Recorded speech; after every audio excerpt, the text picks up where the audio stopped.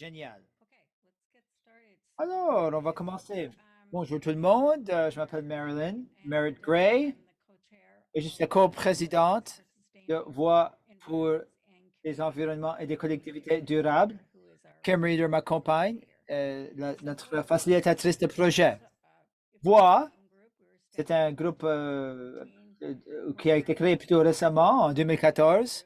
Nous sommes une association communautaire sans but lucratif dont le mandat est de défendre l'environnement en présentant des ateliers, en soulevant des enjeux et en travaillant vers des solutions.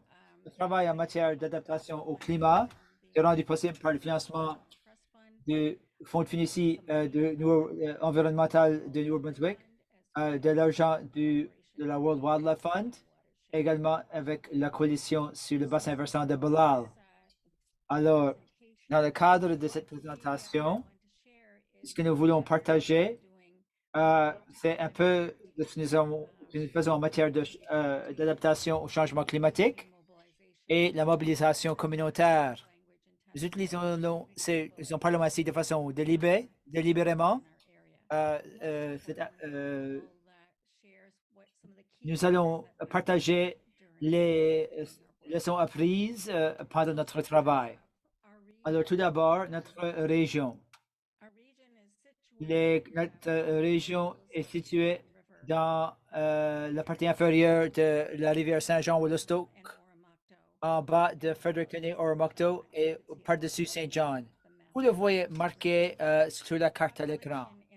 La population dans la région rurale est environ 10 000.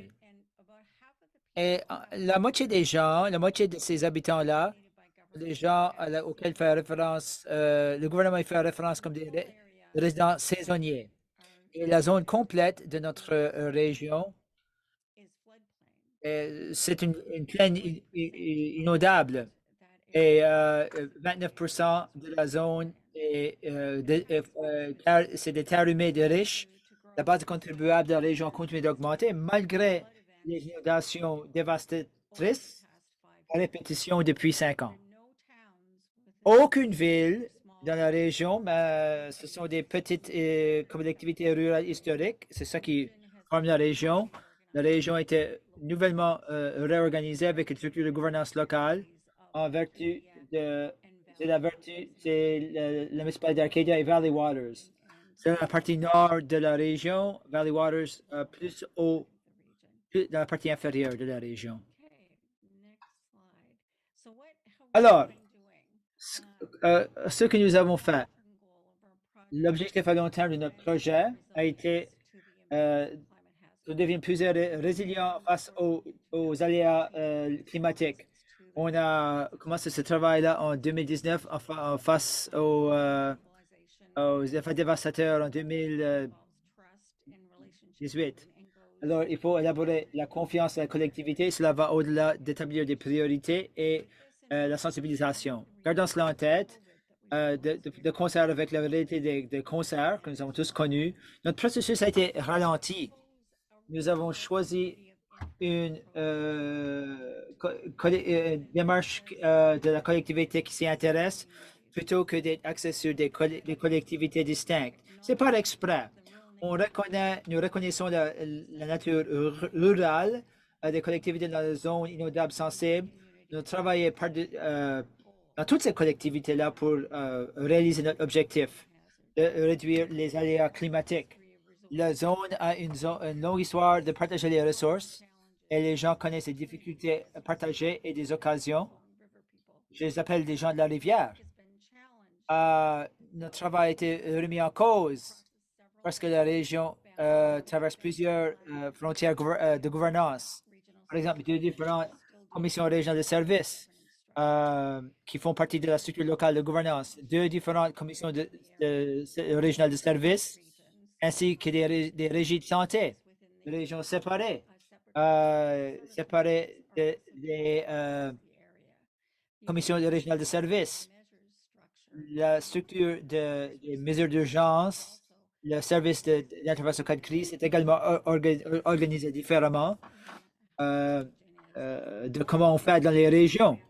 Et aucune de ces frontières-là pour les différents services et les différentes ressources sont cohérents. Cela donne lieu, comme vous pouvez bien l'imaginer, un grand défi juste pour déterminer comment on va fonctionner sur le terrain et les priorités. Et toute la foule de gens avec qui on doit communiquer. Alors, la première chose que nous avons fait dans notre collectivité d'intérêt, c'est identifier les aléas climatiques et les impacts qui nous préoccupent le plus, qui préoccupent le plus les gens de la région. À cause de tout du gel au feu de forêt et les deux plus grandes préoccupations, comme on y a fait allusion, ça a été pas mal cohérent à travers toutes les présentations, les impacts des inondations, du fraîcheur extrême, ainsi que l'inondation sur le terrain. Également, le nombre accru de vagues de chaleur.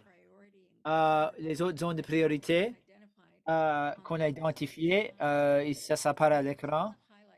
Mais je vais quand même souligner numéro 3, la qualité de l'eau, la quantité d'eau. Là, c'est un enjeu particulier dont la préoccupation augmente dans notre région. Et lié à cela, étant donné que nous sommes une collectivité rurale qui dépend de puits privés et des sources d'eau privées, l'approvisionnement d'eau aux écoles, également aux foyers de soins pour personnes âgées et pour les gens, leurs puits privés sont devenus une plus grande préoccupation, ainsi que la reprise des algues bleu-vert. En fait, ils sont devenus une réalité de nos cours d'eau. Le quatrième point, en ce qui a trait aux réponses aux urgences et aux crises, je veux souligner l'adjectif significatif. Par cela, j'entends, oui, on est préoccupé de ce qui est significatif. C'est quoi la nature de l'intervention? Est-ce que cela correspond à ce dont les gens ont besoin sur le terrain? Mais ce qui domine toutes ces priorités, c'est une préoccupation. On demande souvent, avons-nous le soutien du gouvernement dont nous avons besoin pour prendre les mesures qui conviennent le mieux à notre situation? Les gens vont dire, oh, il y a tellement de choses qui sont hors de nos contrôles, il y a un tas de choses à faire, il y a des infrastructures critiques, et il y a si peu en ce qui a trait à cela pour lesquels on sent qu'on peut offrir qu'on a notre mot à dire. Le gouvernement doit intervenir. Les gens disent, on sait qu'on a investi des sommes, il y a des nouveaux culverts, des réparations au chemin, mais on sent qu'on n'est pas davantage préparé en regardant vers l'avenir. Par exemple, l'un des grands enjeux, bon, ils savent qu'on a fait d'autres divers investissements en vertu des changements climatiques. Mais toujours est-il que nous n'avons pas des sorties d'urgence qui sont sécurisées avant les moments des crues nivales, lorsque nous savons que nous sommes les plus vulnérables. Certains de ces éléments-là soulèvent encore énormément de questions, notamment la planification des aménagements des terres et l'application de la loi en matière de la gestion agricole et forestière et comment on fait l'application des permis de construction ou leur approbation. L'application de ces permis-là n'est toujours pas efficace. C'était ça le point de départ. Certaines des leçons tirées que nous voulions partager avec les régions, notamment avec les régions qui ressemblent à la nôtre, c'est tout d'abord, c'est les données à notre disposition. Et en regardant une région rurale qui finalement, dans le Nouveau-Brunswick, cela représente une bonne part de notre province, en fait. les données liées à la santé de la population pour la collectivité qui nous intéresse, ça n'existe pas. Il y a des données sur la santé de la population pour les grandes régies, mais pour les décomposer dans une collectivité donnée qui nous intéresse, ce n'est pas possible. Ce n'a pas été possible. Également, reconnaître qu'il y a des puits privés et des égouts privés, la qualité et la quantité de nos aquifères locaux de notre région, c'est également désuet. Ce sont des données qui nous manquent. Au niveau de la gestion, planification long terme, songer aux risques et à la vulnérabilité, il nous faut ça afin d'arriver à travailler. Les données démographiques ne contiennent pas actuellement les habitants saisonniers. Alors, on peut avoir un aperçu des données démographiques sur le plan de l'âge, taille du foyer, l'âge de la structure du logement et ainsi de suite. Mais nous n'avons pas la moitié pour environ la moitié de la population des habitants saisonniers. Alors, on a dû regarder aux données sur les contribuables municipaux, quelle est l'économie dans son ensemble et la croissance de l'économie dans notre zone. Également des données de Énergie Nouveau-Brunswick pour considérer les foyers au sein de la région. Alors, afin de rassembler le contexte sur lequel on peut, qui représente la base de notre planification, on doit, il nous faut ces données supplémentaires-là pour élaborer un plan convenable. La cartographie prévisible des inondations qui passent par-dessus la terre, heureusement, on a accès à cela, mais on ne s'en sert pas localement pour aider avec l'aménagement du terrain et les décisions liées au terrain. On nous dit que les assureurs s'en servent, mais pas autant sur le plan de la prise de décision des gens en matière d'immobilier ou également en ce qui a trait à la planification de base dans notre zone. Évidemment, c'est nécessaire. L'autre élément que nous voulions soulever, un des éléments que nous voyons en répétition, c'est un enjeu qui revient, c'est le discours du gouvernement du public est encore beaucoup dominé par la rhétorique de bon, les gens devraient juste quitter. Ils devraient sortir de là-bas. Ils devraient déménager de cette zone-là. C'est une zone inondable. Alors, les gens devraient déménager. Et mon parcours, c'est en santé. En faisant de la recherche sur la violence conjugale et l'abus des femmes, je vous suggère quand même qu'on devrait considérer le travail qui a été accompli, notamment dans le domaine de la violence conjugale, sur les récits et comment on travaille avec les collectivités en ce qui a trait à ceci. On a appris dans le milieu de la violence conjugale, si on domine, s'il y a une rhétorique sur pourquoi les gens ne sortent pas de cette situation-là, doivent le faire. Si on domine, nos messages sont dominés par cela, on a tendance à écarter les gens que l'on veut rejoindre le plus. Alors, nous vous suggérons une démarche visant à réduire les torts ou tenant compte des traumatismes, nos messages et nos récits, la façon qu'on s'engage auprès des gens, notamment lorsqu'on fait du travail de prévention où on cherche à mobiliser les collectivités. Nous voudrions que cela devienne la démarche privilégiée. Et Kim m'a dit, bon, ça ressemblerait à quoi? Et c'est une des choses, je pense qu'on doit en parler dans tous les gens qui travaillent soit dans le réseau environnemental, un dialogue sur ce à quoi ça ressemble. Quelles sont les similitudes, des choses qu'on peut apprendre d'autres secteurs qui ont examiné la mobilisation communautaire? jusqu'à l'avenir? Comment est-ce qu'on envoie des messages pour s'engager auprès des gens de façon plus constructive? Et en regardant le contexte rural, en soulignant cela, nous savons que le changement, l'initiative en matière de changement climatique sont vraiment axées sur l'urbanité. Et c'est toujours, pour nous, c'est depuis toujours cet enjeu-là. Dans une bonne partie du secteur de la santé et en matière des ressources humaines, qu'entend-on par la ruralité? Tout le Nouveau-Brunswick, pour plusieurs personnes, est perçu comme étant rural.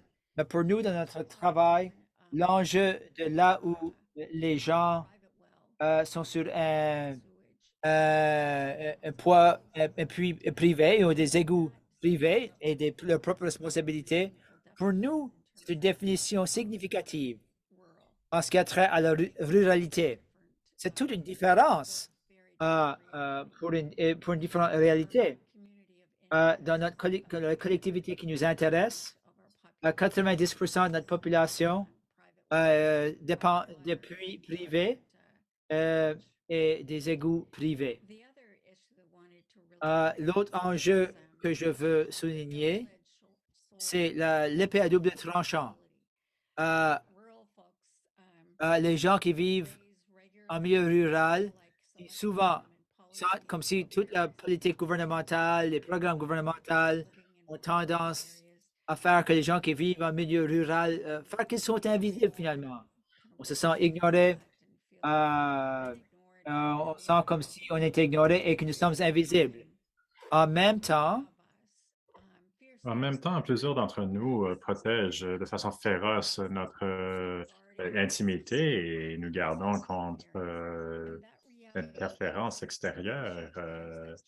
Et cela soulève le problème, en fait, du défi et de ces pensées doubles. Et c'est quelque chose que nous devons garder en tête, en fait, quand on fait notre travail de mobilisation rurale. L'autre chose, c'est qu'il y a beaucoup de mythes qui circulent encore quand les gens parlent de la politique publique, surtout dans les populations rurales, surtout la notion que tout le monde connaît tout le monde, on sait très bien de nos données, de notre travail. Les gens, en fait, ne se connaissent pas.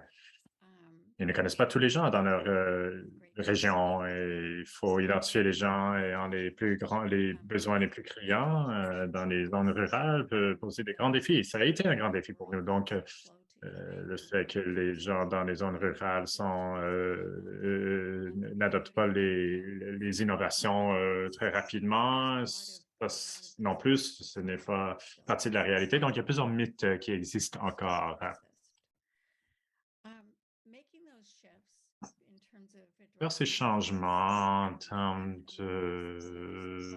de la rhétorique, ça demande un changement de paradigme dans notre façon de penser et d'approcher notre compréhension. Et pour être efficace, on a besoin d'entamer ce changement, ce virage.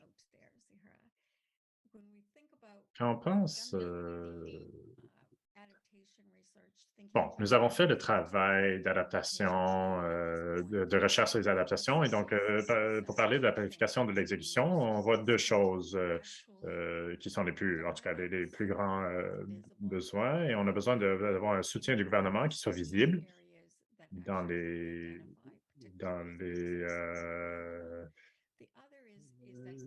dans les, dans les places où on a besoin où ils sont les plus besoins. Donc, on a un rôle clé aussi à jouer pour faire le réseautage à travers les secteurs et pour parler des leçons apprises encore. Les communautés sur Facebook, les réseaux de communication, ces groupes de dialogue qui sont disponibles aux gens pendant les temps de crise, et aussi la prévention et la disponibilité des informations, les meilleures informations. On a vu beaucoup de grands succès, en fait, de faire avec les réalités des algues bleues verts. et qu'est-ce que les gens peuvent faire. Donc, on commence à voir aussi qu'est-ce qui est possible avec l'éducation, avec, par exemple, les casernes de pompiers bénévoles qui ont été mises à l'écart, en fait, de ces réseaux de soutien. Donc, on va parler des conclusions rapidement, mais c'est tellement important de comprendre les réalités des gens locaux.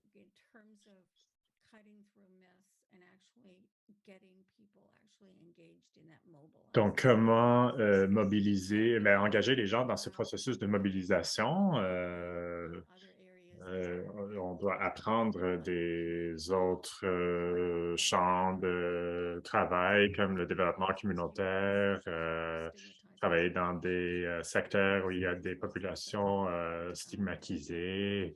Et donc, quelles sont les leçons apprises et comment on peut les appliquer à ce travail? Et l'autre chose clé, c'est qu'on doit apprendre les uns des autres dans notre travail. Donc, je veux juste vous dire merci et merci pour l'occasion de partager, de partager et de participer aujourd'hui.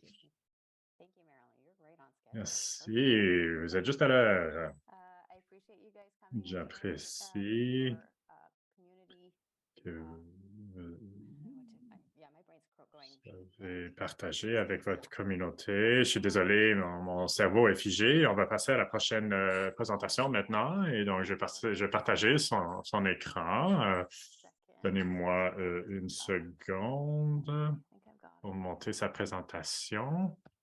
Je pense que je l'ai ici. Est-ce que vous le voyez?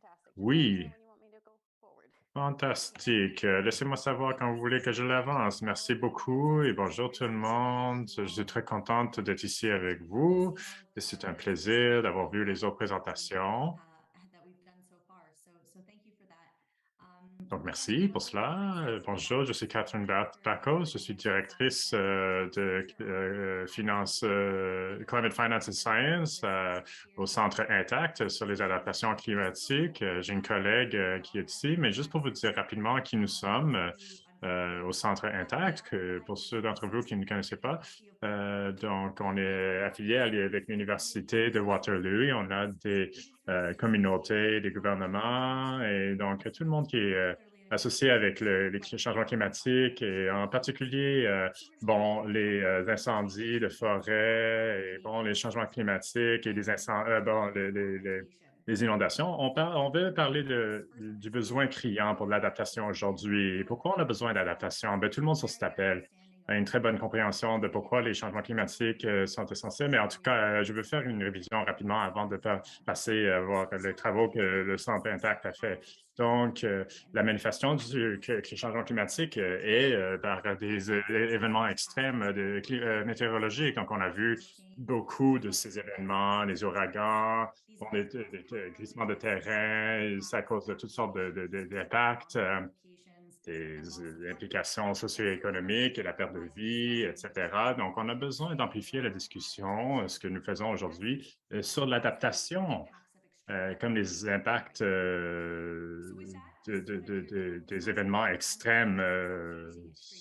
Donc, j'essaie de me concentrer aujourd'hui les coûts financiers et sociaux sur l'augmentation de ces événements et comment les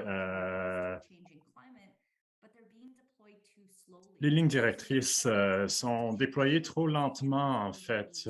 Donc, cette présentation, je vais montrer, en fait, le besoin urgent pour le Canada d'adapter. Donc, en termes de l'ordre du jour, nous allons aller dans ce sens. On va parler de comment les changements climatiques sont irréversibles, comment les impacts du climatique vont s'empirer à travers le Canada. On va parler des réclamations des sinistres.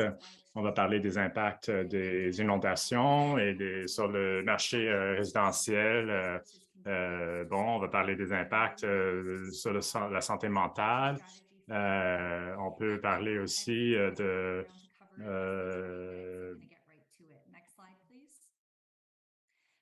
I'm sure you're all familiar with, but according to the Intergovernmental Panel on Climate Change, selon le IPCC, le rapport qu'ils ont sorti, sur les changements climatiques en 2022, les impacts climatiques avec Changement climatique Canada aussi en 2019. Ils veulent dire que, bon, ce changement climatique est en cours et ça va continuer à arriver. On va continuer à avoir des impacts et donc c'est irréversible dans les 100 dernières années. L'augmentation de la planète a réchauffé en fait de 1 et donc ici au Canada, ça augmente plus rapidement et bon, on ne peut pas réverser les changements climatiques avec des technologies actuelles. Donc, ce rapport a déterminé aussi que le changement climatique est en fait induit par les êtres humains. Et donc, les gens qui disent que oui, les changements climatiques ont eu lieu par le passé, oui, c'est vrai, mais bon, il y a plein de facteurs pourquoi on a des augmentations dans les changements climatiques et on ne peut pas les expliquer avec ces phénomènes naturels. Donc, il faut regarder. Oh, hmm. Whoever's Oh. speaking right now, please mute So that yourself. I top think one's you like might. is that a winter boot or It is. a like warm? winter boot. Think we got it. We think we got it? Je pense Well, l'avoir winter fait. boots are good. The snow's coming, at least here in Ontario. So Bon, il faut avoir des bottes d'hiver, là, surtout ici en Ontario, c'est excellent. Donc, c'est quand on regarde les impacts et en fait les combustibles et donc évidemment le relâchement de ces GES. Bon, vous connaissez l'effet de serre et voilà, ça manifeste des événements météorologiques extrêmes. Donc, on comprend que c'est les combustibles qui sont relâchés, qui sont derrière ces extrêmes, et ça va juste s'empirer en fait avec l'utilisation des combustibles. Est-ce qu'on va continuer à les utiliser? Bon, ben, si vous regardez, quand vous regardez dans le graphique à gauche, à travers la planète, on met plus de CO2 dans l'atmosphère chaque année. Donc, vous voyez des diminutions, c'est à cause des temps de photosynthèse. Quand les plantes et les arbres relâchent du CO2, de l'oxygène dans l'atmosphère. Donc, qu'est-ce qu'on va faire si on a plus d'émissions de CO2 dans l'atmosphère? Donc, selon l'autorité sur l'utilisation des énergies dans le monde, International Energy Agency, un tiers revient en fait des combustibles. Ça inclut le carbone, le charbon, pardon, et donc on estime que un tiers va continuer à venir de cela et on sait que ça n'inclut pas des technologies comme la fusion, l'agrandissement en fait des technologies vertes. En plus, les énergies vont être 12 à 15 plus élevées avec une raison clé parce que les taux de population continuent à augmenter. Donc, 8 000 personnes par heure. Si on soustrait le nombre de personnes qui meurent chaque année, bon, on va avoir 1 milliard de personnes additionnelles sur la planète et ils devraient avoir accès à la santé, à l'éducation et un environnement sain. Donc, des événements comme la guerre en Ukraine poussent les gens à prendre des mesures extrêmes, de relancer, par exemple, les usines de charbon. Donc, le charbon brûle par unité et brûle à 1000 fois, ça émet 1000 fois plus de GES que le gaz naturel. Donc, on voit à gauche, ça va juste augmenter si on continue sur cette lancée dans les prochaines années. Donc, la perte de glace contribue aussi à l'augmentation des changements climatiques. Alors que les températures continuent à monter, on va avoir de moins en moins de glace et de neige. Donc, ça reflète le soleil de la surface de la planète. Donc, quand il y a des fontes, il y a plus d'eau qui va absorber cette chaleur. Et donc, il y a une boucle, un cercle vicieux. Donc, le changement climatique et il n'y a plus de normes, en fait. Et même si on met des efforts pour réduire les GES, ce qu'on a besoin de faire, on a besoin de limiter aussi les impacts qui s'empirent des changements climatiques dans le futur, mais ça va continuer à se manifester avec ces événements extrêmes météorologiques et aussi les coûts qui sont associés. Cette image ici montre Prochaine diapo, s'il vous plaît. Les pertes catastrophiques assurables au Canada. Donc, on voit ici toutes sortes donc les inondations, des feux, etc. Et donc, si vous voyez ici sur le graphique, entre 1983 et 2008, qui est à l'extérieur de la boîte bleue, les pertes allaient de 10 250 millions de dollars par année. Dans la boîte bleue, il y a des pertes accrues et donc 1,96 millions par année avec 12 des 13 dernières années qui étaient au-dessus de 1 milliard. Donc 2020 et 2021, les pertes étaient au-delà de 2 milliards de dollars pour chaque année. Donc, un article récent du Bureau de l'assurance du Canada, voilà, ils ont dit que ça, c'est la nouvelle norme en termes des pertes à cause des pertes catastrophiques.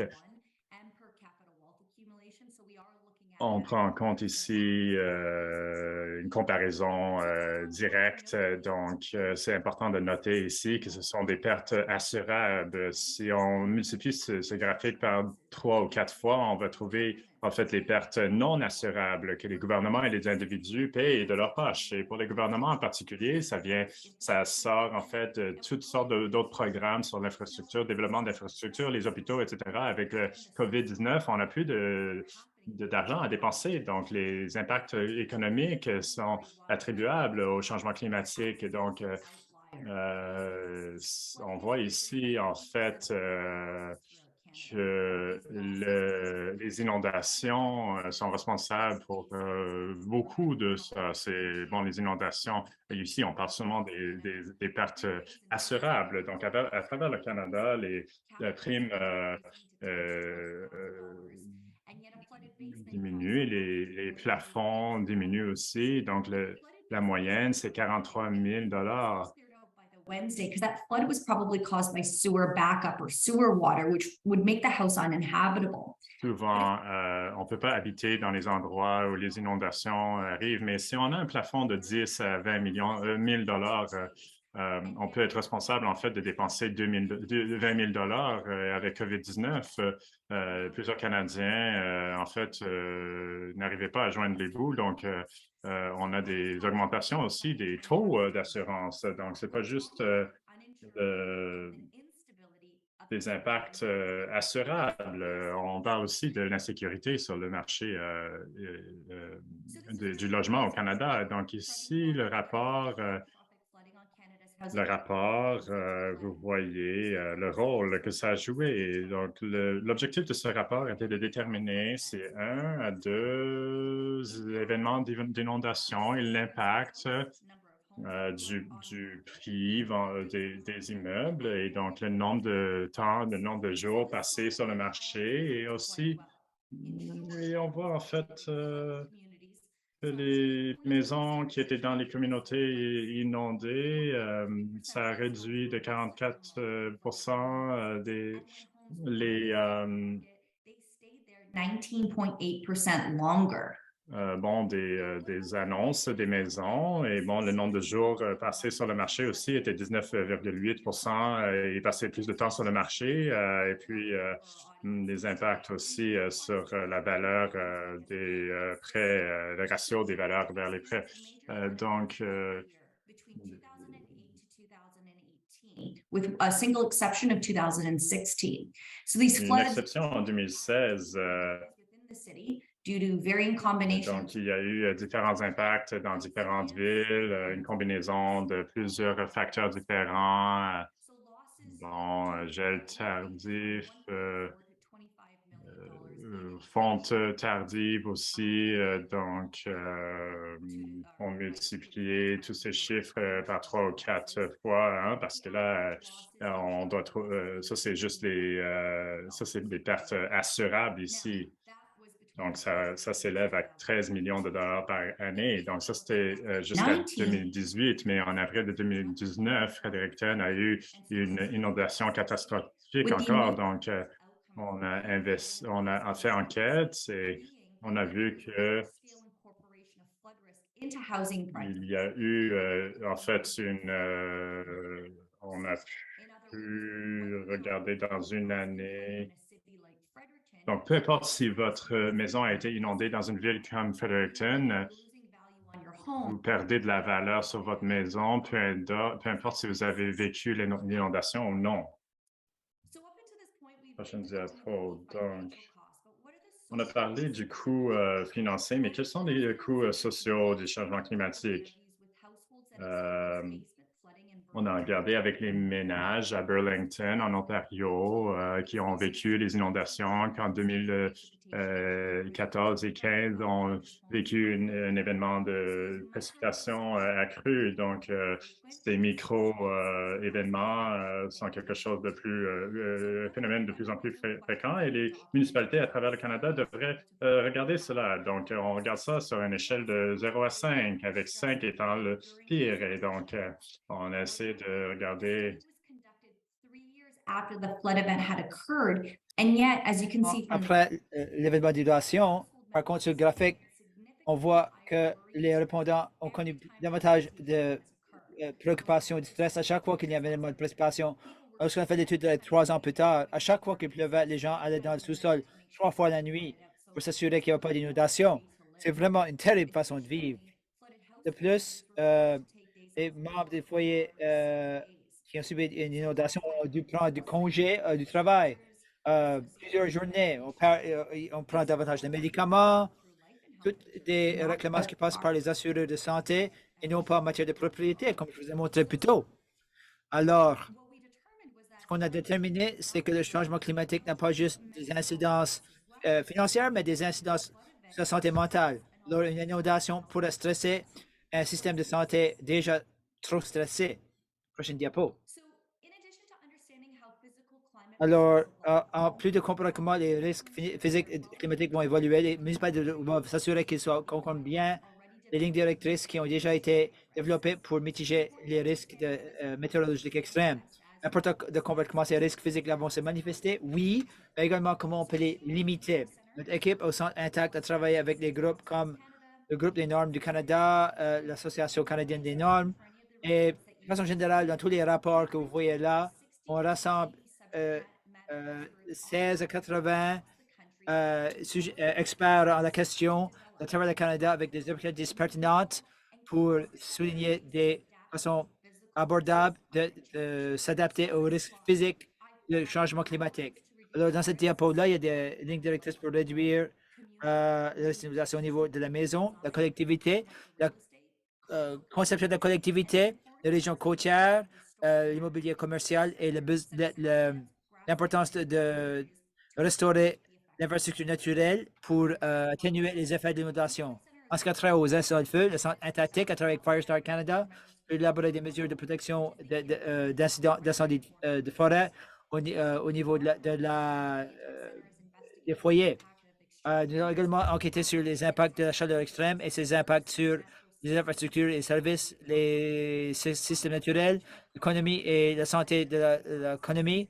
Carolyn Metz a fait un excellent travail d'en discuter aujourd'hui. Alors, les rapports soulignent les gestes que les individus, etc., peuvent prendre pour réduire aborder les risques associés à la chaleur extrême, notamment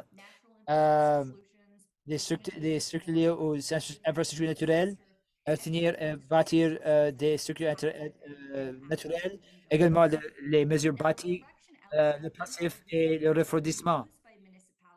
Cela peut être utilisé par les municipalités pour comprendre comment atténuer les risques au niveau de la collectivité tout en assurant que le renseignement distribué aux propriétaires de logements pour réduire le risque. Par exemple, dans le rapport en haut à gauche de l'écran pour les inondations et les logements, les municipalités peuvent distribuer la protection d'innovation aux résidents. Ça a été fait dans les villes à travers le Canada. Comprendre comment monter le niveau de ces risques-là, les municipalités doivent supplémenter ces connaissances en utilisant les lignes directrices pour soutenir la prise de décision et déployer des renseignements de façon de réduire les risques. Prochaine diapo. Finalement, la stratégie nationale de l'adaptation du Canada a été publiée le mois dernier, qui établit des objectifs à long terme en matière de transformation ainsi que des objectifs à moyen terme pour s'assurer que nous envoyons une directive pour la résilience en matière de changement climatique dans le Canada. Pour réussir les objectifs à plus long terme, des actions urgentes sont exigées en ce moment. Comme vous pouvez voir sur la liste à droite de l'écran, les objectifs comprennent les risques liés au sinistre, prévention et réduction des activités liées au risque de sinistre, réduire la perte de diversité, la prise de décision en matière d'infrastructure. Alors, ces objectifs-là et les cibles doivent être dirigés, peuvent être comblés directement en utilisant les lignes directrices fournies par les rapports du Centre Intact. Bâtir la résilience aux impacts du changement climatique, c'est un effort collectif. Tout le monde au Canada fait partie de la solution et pour faire que ce soit plus facile et davantage plein d'espoir, nous avons déjà des lignes directrices sur ce qu'on peut faire pour réaliser ces objectifs-là. En guise de conclusion, nous comprenons que le changement climatique est irréversible et que les coûts vont continuer d'augmenter. Le Canada fait de grands efforts pour développer sa stratégie nationale d'adaptation qui établit des objectifs et des cibles pour bâtir des collectivités plus résilientes à travers le Canada. Nous comprenons tous que l'adaptation, on en a énormément besoin et il y en a eu peu auparavant, mais nous espérons de façon collective qu'on peut arriver à atteindre ces objectifs-là en faisant la mise en œuvre des lignes directrices qui existent déjà. On doit juste prendre les mesures et on doit le faire maintenant. Je vais prendre fin, ma présentation termine là et j'accueille favorablement vos questions. Merci bien. Merci, Catherine. Alors, montrons Marilyn et Kim pour la question des périodes de questions. Et Zomi, vous pouvez publier les questions, vous pouvez indiquer des questions aux présentateurs et présentatrices. Oui, certainement. Je vais faire le spotlight sur Marilyn. Alors, première question. Il y a eu des discussions auparavant sur l'emphase au niveau sur les réductions des gaz à effet de serre. Ces données montrent que nous devrions être davantage accès sur la mitigation des inondations. Avez-vous établi est-ce que Intact a établi ces chiffres-là province par province? Quel chiffre au juste? Pour les pertes? Pas sûr. Bonne question. Oui, vas-y. C'est avec le bassin versant Kennebecasis? Inaudible? Nous sommes surtout axés nos plans d'adaptation sur les gaz à effet de serre, mettre la phase sur les gaz, réduction des gaz à effet de serre. J'essaie de préconiser davantage d'investissement sur la mitigation des inondations. Est-ce qu'Intact a des chiffres? Par exemple, si les chiffres que vous avez dans la présentation sont décomposés par province, ce sont de bons exemples, mais inaudibles.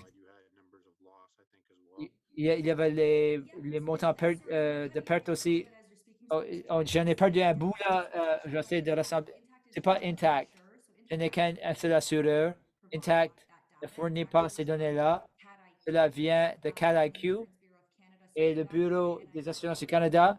Je pourrais faire un suivi avec un courriel par la suite. Le Bureau des assureurs du Canada fait un excellent travail de décomposer sur une base annuelle là où il y a des pertes et à quel point cela se lève. Je ne sais pas si c'est province par province, mais ils le font en fonction des événements. Mais je serais ravi de faire le suivi sur ces renseignements-là. Je suis tout à fait d'accord. Je dirais que 80% de la discussion, ce soit des gouvernements municipal, des gouvernements provincial, fédéral, mais dans le monde entier, ils sont tellement axés sur le fait de mitiger les gaz à effet de serre. C'est certainement important, mais les gens oublient qu'il y a plusieurs différents éléments de l'équation au changement climatique. La capture et la séquestration du carbone en un autre et s'adapter aux effets du changement climatique. C'est une pleine équation en matière de changement climatique. Le média doit jouer un rôle aussi. Nous sommes tellement axés sur limiter les gaz à effet de serre. J'ai quand même espoir. Les événements depuis quelques années ont montré au monde entier qu'on doit faire davantage preuve de résilience, notamment au Canada. Notre masse terrestre est tellement immense. Nous avons plusieurs côtes, des grands lacs, plusieurs risques à plusieurs niveaux. Il y a des populations vulnérables et l'adaptation en fait énormément partie. Même dans le secteur privé, cette discussion-là commence à changer. On a tellement été axé sur atténuer les gaz à effet de serre. On doit passer maintenant à l'adaptation. Les discussions portent maintenant sur la résilience aussi. Merci bien. So the next couple questions are in French. Les prochaines quelques questions sont en français. Si vous avez besoin de l'interprétation, veuillez bien assurer que vous écoutez le post canal anglais. Qu'en est-il des résultats scolaires des enfants affectés et de la violence familiale?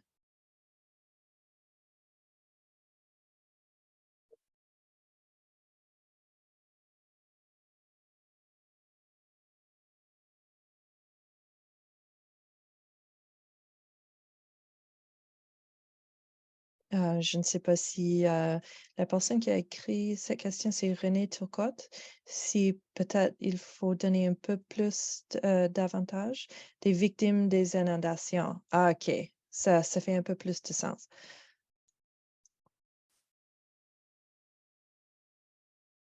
Sorry, I just missed the first part of that.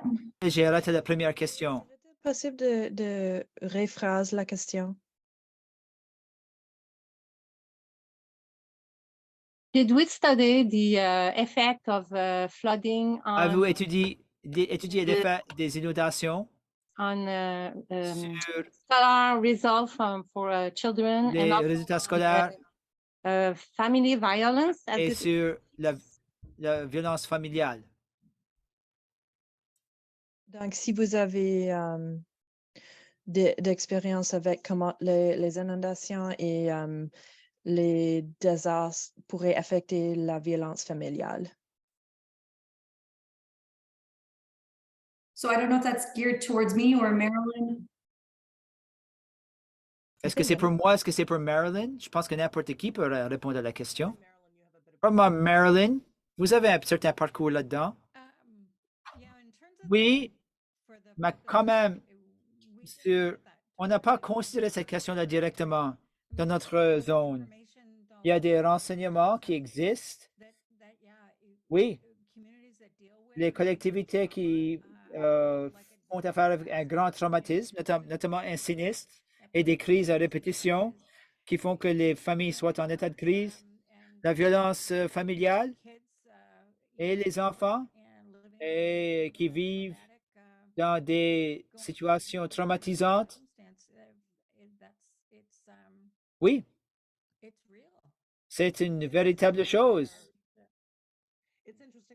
C'est intéressant parce que les choses que nous avons identifiées dans la région pendant les inondations, c'est que les trusts de survie ne comprennent pas ce à quoi on s'attend. Le gouvernement a l'habitude de donner des billets pour la nourriture, également des cigarettes et des bières, et de la bière et des choses qui font que les gens restent calmes plutôt que de s'en prendre de la famille. Un trust de survie, c'est autre chose pour différentes personnes. On doit vraiment être au courant de ce que cela représente. And I guess I'll just maybe Et ask a little bit more from j'en parlerai du point de vue global, and not just from a flood pas juste du point de vue des inondations, alors que les incidents de météo extrême vont se passer à travers le monde. On a déjà vu des exemples de cela. Ça se passe déjà. Alors que les incidents de temps météo extrêmes se produisent, il y aura des réfugiés climatiques et de l'immigration massive de régions qui souffrent de sécheresse, d'inondations. Et il y aura des migrations massives dans des pays qui peut-être ne veulent pas de ces gens-là, qui n'ont peut-être pas un territoire d'accueil d'immigration qui n'accueille pas favorablement. Le Canada doit considérer ses politiques en matière d'immigration. L'étalement, ça ne va pas. On doit avoir davantage accès à davantage de logements abordables. Et avec les migrants, ils vont exposer à de la violence en cours de route. S'ils n'ont nulle part où vivre, des encampements qui vont accepter les immigrants. Il y a beaucoup de violence à l'endroit des enfants et des femmes lorsqu'ils arrivent ici, et des violences aussi. Alors, on va voir que ces événements déclencheurs qui vont donner lieu à du conflit violent et des conflits au sein de plus grandes régions et au sein des foyers aussi. Je veux juste ajouter à cela. Cela indique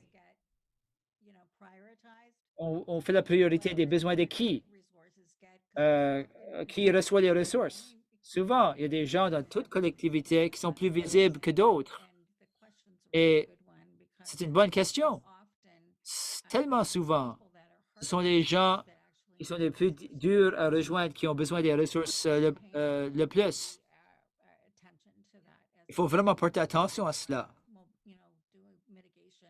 Alors qu'on cherche à atténuer et le travail d'adaptation aussi. Génial, merci bien. La dernière question, en français encore. Est-il un outil au Nouveau-Brunswick qui permettrait d'estimer les coûts pour une ville ou communauté par habitant d'une catastrophe naturelle?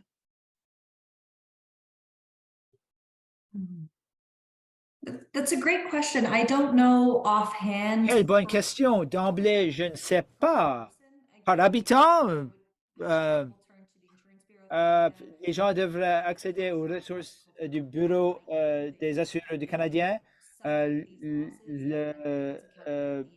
y a un endroit où ils font le résultat des pertes sur une base individuelle. Je n'ai pas ces infos-là. Peut-être je pourrais voir et faire le suivi, mais en ce moment, je n'ai pas accès à ces données-là. Je vous dirais que c'est une question très importante. Lorsqu'on a commencé à faire notre travail, en fait, on n'en parle pas beaucoup.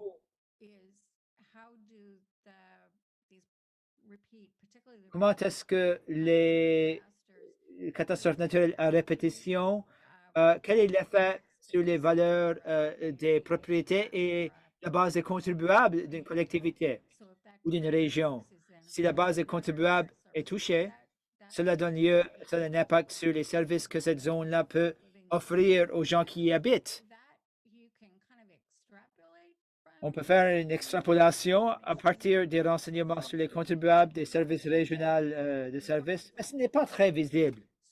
Bien sûr, il y a tous les services, la mobilisation des mesures d'urgence, l'assistance en cas de catastrophe et programme disponible aux gens qui ont subi des dommages sur leur terrain. Tout cet élément-là de comment cela touche une collectivité ou une ville, en fait, la base est contribuable, la ressource qui se traduit en service pour la population qui est toujours là, c'est important, c'est un élément important. Je soupçonne qu'on peut y accéder, mais c'est toute une dynamique logistique intacte. Il y a eu beaucoup de succès à cet égard. Merci.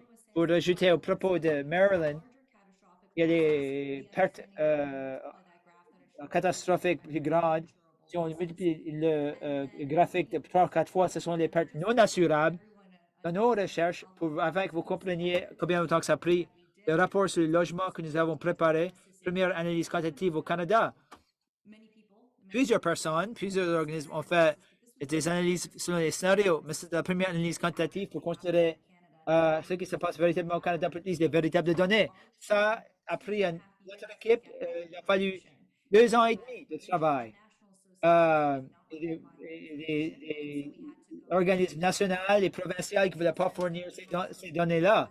Il fallait faire du porte-à-porte, il fallait travailler avec les assureurs à travers le Canada pour voir c'était quoi les prix de vente des maisons individuelles. Il y a longtemps qu'ils étaient sur le marché pour obtenir toutes ces données-là. Il fallait travailler avec les institutions financières à travers le Canada qui ne voulaient pas fournir ces renseignements-là. Ils ont finalement reçu les renseignements. Il fallait que ce soit anonymisé.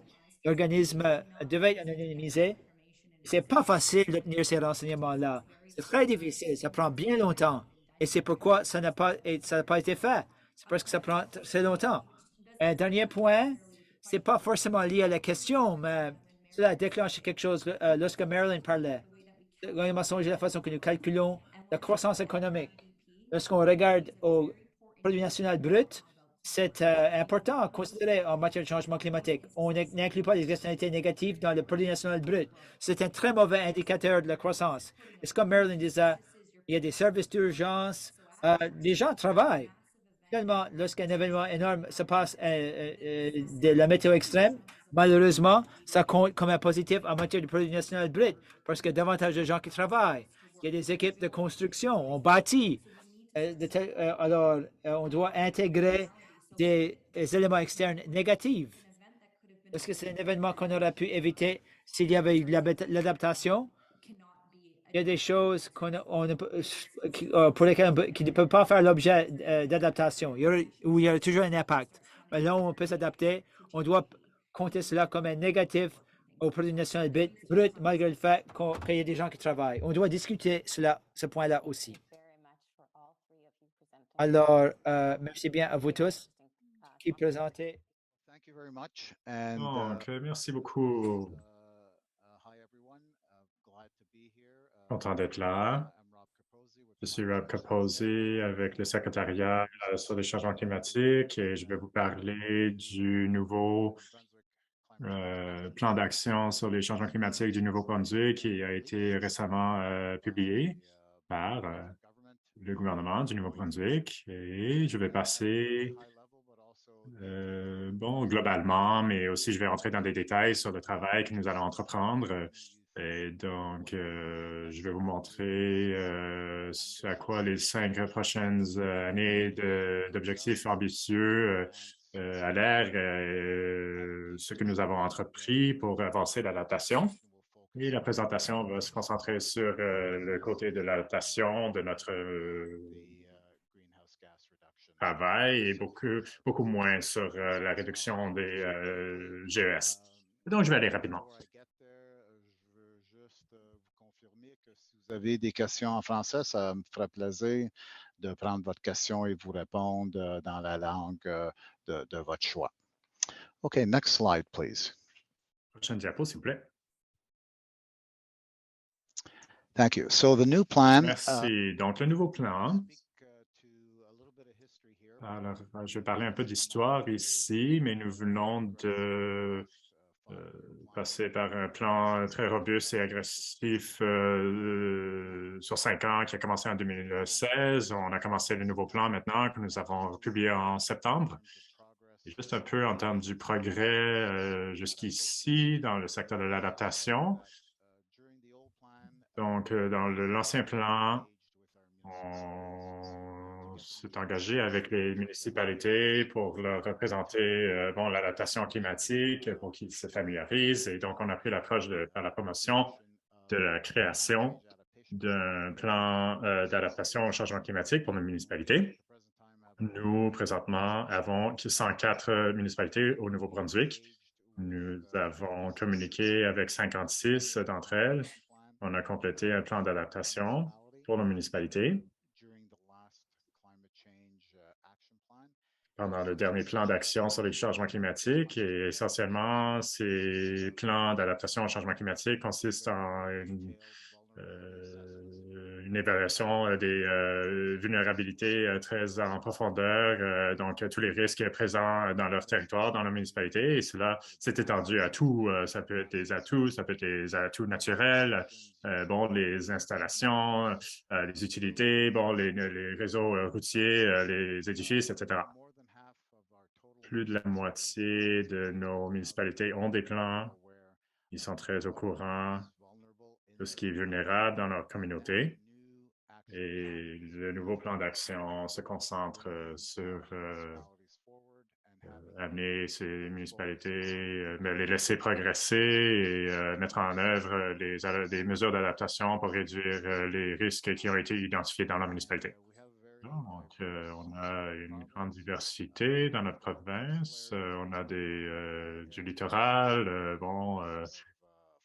du continent aussi, risque d'inondation et d'érosion, des inondations, une crue printanière aussi, dans la majorité de nos rivières, surtout la rivière Saint-John. On a de la fonte et de la pluie et tous les eaux de pluie Donc, la crue nivale, qui arrive du Québec et de Maine. Donc, on a des inondations printanières très intensives. Et les 10 dernières années, les inondations ont été assez agressives. En 2018, 2019, ça a créé beaucoup de dommages, des infrastructures, les réseaux routiers, etc. Et en fait, on a dû fermer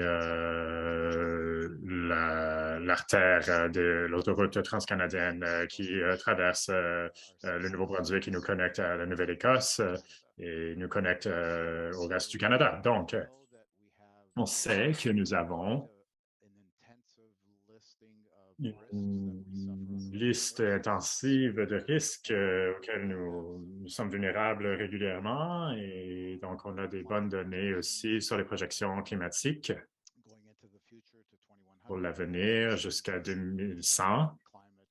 On a des excellents outils pour nous guider sur le climat. On a sorti, par exemple, les zones à risque, la cartographie des zones à risque d'inondation. Et pour tous les résidents, on essaie d'informer les gens, tous les résidents de la province sur les risques. Et on essaie de les mettre en œuvre aussi, les mesures d'adaptation qui sont nécessaires pour réduire ces risques. Donc, le gouvernement s'est entrepris d'utiliser notre savoir-faire sur les changements climatiques et d'approcher l'idée d'adaptation à ces risques collaborativement, de façon collaborative et de façon coordonnée aussi avec nos partenaires. On a différents groupes, différentes entités comme partenaires. Donc, on a plusieurs OBNL qui font du super travail dans les communautés pour réduire les risques, par exemple, d'inondation. On a des super réseaux de recherche avec nos universités qui ont beaucoup d'expertise dans ce sens de réduire des projections climatiques. Et on a une entité fantastique qui vient d'être créée l'année dernière et c'est Climate Atlantic qui est l'un des centres de services climatiques au Canada. Donc, on a beaucoup de capacités en termes d'adaptation et nous l'augmentons dans ce nouveau plan d'action qui se concentre vraiment sur la mise en œuvre. Et je vais partager quelques faits saillants dans les prochaines diapos. Donc, si vous regardez notre plan d'action qui vient de sortir en septembre, il y a 3 piliers sur lesquels nous nous concentrons en termes de nos efforts, leadership gouvernemental et reddition de comptes et responsabilité. Et puis, ça inclut tout en termes des approches d'adaptation, financement, des projets en lien avec l'adaptation au changement climatique, aussi de faire le suivi sur nos succès et aussi les résultats favorables de mise en œuvre de ces mesures.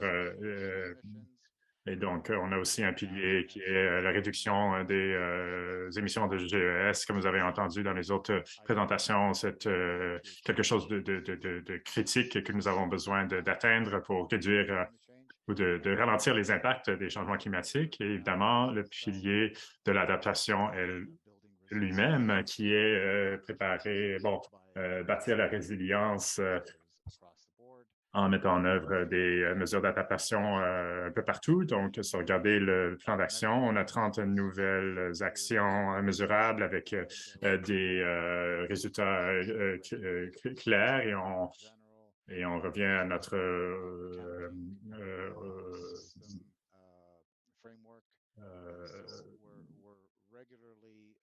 on a un système de reddition de comptes, en fait, régulier. Donc, on fait un rapport très souvent aux résidents de Nouveau-Brunswick parce qu'on a...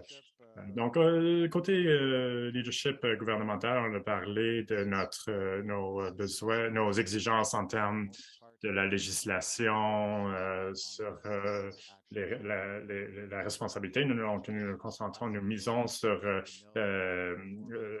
l'augmentation de la capacité. On sait qu'informer les gens sur les impacts des changements climatiques est essentiel à leur processus décisionnel. Donc, comment réagir à des prévisions d'inondation, comment se préparer, quelles sont les meilleures approches pour bâtir de la résilience, non seulement autour de votre maison, mais la résilience dans les multiples secteurs que nous servons, que nous desservons en termes de clients, par exemple l'aquaculture, l'agriculture, etc., parce que ce sont d'importants, ils sont très importants à l'économie de notre province. Donc, on fait aussi on a fait des plans d'adaptation et des évaluations des vulnérabilités avec 4 des 12 Premières Nations dans notre territoire. Donc, on est aussi en voie d'atteindre nos cibles de réduction des émissions. On tient le cap, en fait, pour atteindre notre cible de réduction en 2030 et cela va probablement nous amener à atteindre notre cible 2050 aussi. On met le prix sur le carbone. C'est ce financement qui arrive du prix sur le carbone et où on crée un fonds pour les changements climatiques que nous utilisons pour financer différents projets du côté de l'adaptation et la réduction des GES. Prochaine diapo, s'il vous plaît. Donc, je vais juste vous montrer les faits saillants de nos actions d'adaptation et vous montrer les ressources associées que nous avons avec chacune d'elles. Et donc, il y a un point focal, une concentration sur comprendre l'importance de comprendre les risques du changement climatique et ce que ça implique, l'adaptation. Donc, on a un programme d'éducation autour des inondations que nous venons de commencer, d'entamer, et c'est l'une des actions dans notre plan d'action. Donc, c'est une action interne. Notre ministère du gouvernement provincial est responsable de mettre en place cette action. On va établir un indice sur la sécheresse qui va aider aussi les gens qui sont dans le secteur agricole, les gens qui travaillent dans le secteur forestier. Ça va nous donner de bons indicateurs sur quand on doit sortir une alerte et informer les gens qui doivent peut-être regarder l'irrigation, peut-être regarder leur pluie pour s'assurer qu'ils ont de l'eau potable. On va élaborer un programme de surveillance de la santé de l'environnement également en termes de les données et le suivi. Nous allons aussi sortir des nouvelles données sur les changements climatiques et les projections aussi avec l'aide des gens chez Climate Atlantic, par exemple, qui travaillent justement sur cela. Au plus grande échelle, nous essayons de lutter et de travailler dans le sens des actions qui vont avoir des impacts partout dans la province, une évaluation des risques à travers la province et on va regarder tous les secteurs économiques, toutes les municipalités, nos ressources naturelles, nos infrastructures naturelles. Et va faire une évaluation ou offrir une évaluation des risques pour chacun de ces éléments. Et donc, on veut informer en fait les entreprises, les industries, toutes sortes de secteurs, la foresterie, l'aquaculture, l'agriculture, donc et de leur donner des informations qui leur permettra d'améliorer ou de bâtir leur capacité décisionnelle en termes des impacts dans leur secteur pour qu'ils puissent se préparer pour s'adapter à ces nouveaux impacts.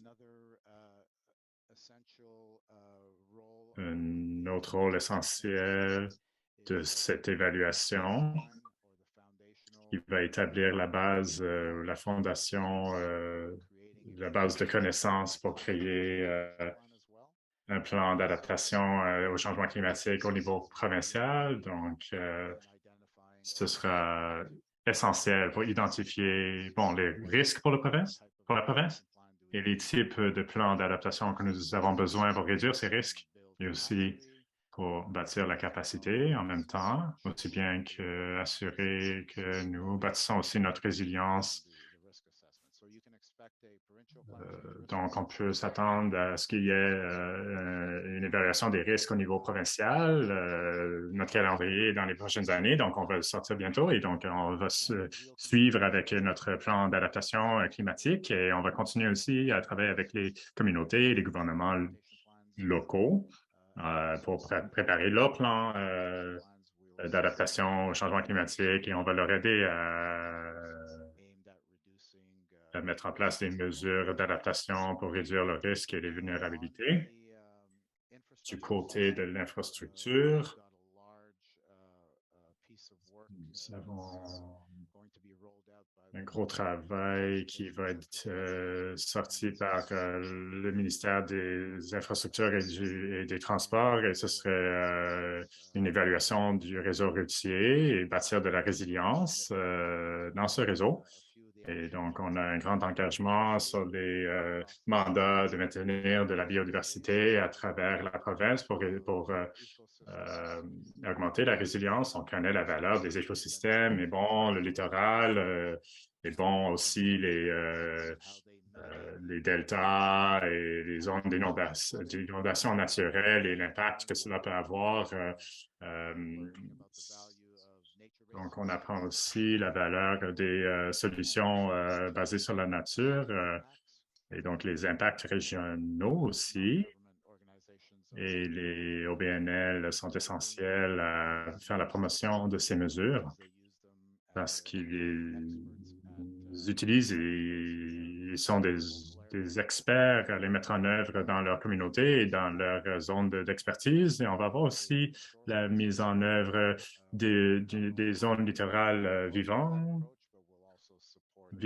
et on va non seulement faire la promotion de cette approche, mais aussi on va s'assurer de la mise en œuvre de ces zones vivantes le long des côtes. Prochaine diapo. Donc, voilà quelques points saillants, en fait, sur notre travail ici au secrétariat sur les changements climatiques et j'aimerais remercier tous nos partenaires, les OBNL, nos chercheurs, les leaders des secteurs, et les leaders dans les communautés également qui ont eu un grand impact, non seulement en faisant la promotion, la sensibilisation et l'éducation sur les changements climatiques aussi, d'identifier les mesures d'adaptation qui sont non seulement appropriées pour leur communauté et leur municipalité, mais qu'on peut utiliser dans d'autres municipalités et où on peut les mettre en œuvre pour réduire les risques similaires. On a hâte aux 5 prochaines années de mise en œuvre de ce plan. Et comme on a dit, c'est certainement une approche collaboratrice. Et donc, on a besoin d'avoir tous ces parties prenantes et tous les propriétaires de terrain, de terre, de faire leur part, en fait, pour bâtir la résilience face au changement climatique. Je serais content de répondre à toutes les questions sur le travail que nous faisons au sein de ce plan d'action. Merci. Du plan d'action proposé par notre gouvernement. Thank you very much, Rob, for that insight into what the government's plan. Merci beaucoup, Rob, pour ces idées sur le gouvernement, le plan d'action du gouvernement. Je pense que ça a vraiment fait le tour pour la journée. On a vu des choses qui ont eu lieu par le passé et c'est bien de voir ce qu'on va voir à l'avenir au niveau de la province. Donc, je vais passer la parole pour poser les questions qui apparaissent dans le chat. Que signifie la résilience en ce qui a trait à la voirie Est-ce que l'évaluation de la province est-elle précisément pour les villes dont la province est propriétaire, c'est-à-dire à l'extérieur des villes? Il y a une réponse en deux volets. Oui, l'action considère la voirie dont la province est propriétaire. C'est pourquoi le ministère des Transports et Infrastructures mène ces actions-là. Mais je veux rappeler aux gens que nous avons fait des planifications d'adaptation dans 56 des 104 collectivités. Et lorsqu'on fait cela, c'est basé sur une composante importante. C'est une évaluation détaillée du risque de toutes les installations, toutes les formes d'infrastructures, toutes les activités de la collectivité dans les frontières de la collectivité. Alors, par défaut, l'évaluation se passe en ce qui a trait à des chemins dont la collectivité en est propriétaire ou la province. La plupart des collectivités ont une route provinciale ou deux qui passe par leur collectivité. Lorsqu'on fait l'évaluation des risques, nous comprenons toutes les collectivités, toutes les routes, peu importe qui en est propriétaire, afin qu'on puisse identifier quels sont les risques qui sont à risque de subir une inondation.